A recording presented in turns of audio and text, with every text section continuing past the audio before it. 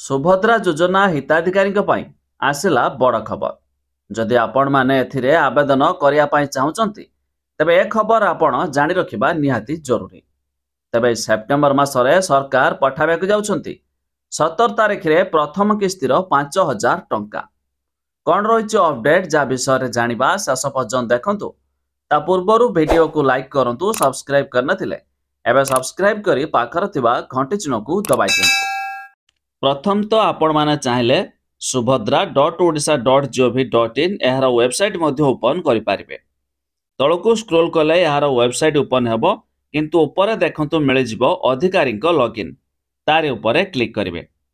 एबे देखंतु पूर्वरु वेबसाइट मध्य ओपन हेउ नथिला, हेले एबे देखंतु ऊपर मिलि जाउछि डिपार्टमेंट लॉगिन, मझिरे सीएससी लॉगिन, तळे एमएसके लॉगिन।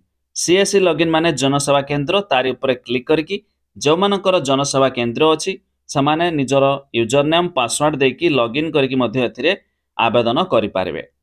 यह छड़ा देखंतु एमएसके लॉगिन माने मो सेवा केंद्र, ये पोर्टाल मध्य पूर्व खोलु नथिला, एबे मध्य खोली जाउछि। सेमाने मध्य निजर यूजर नेम पासवर्ड देकी सुभद्रा योजना अधीन रे आवेदन करें।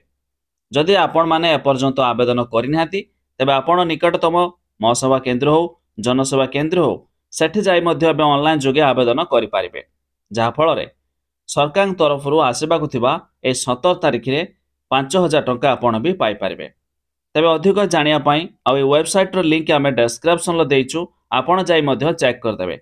एछड़ा जदि आपण माने भी सुभद्रा योजनार फॉर्म को डाउनलोड करने चाहते तेबे लिंक दे देचु, आपण जाई चेक करदे पारिबे।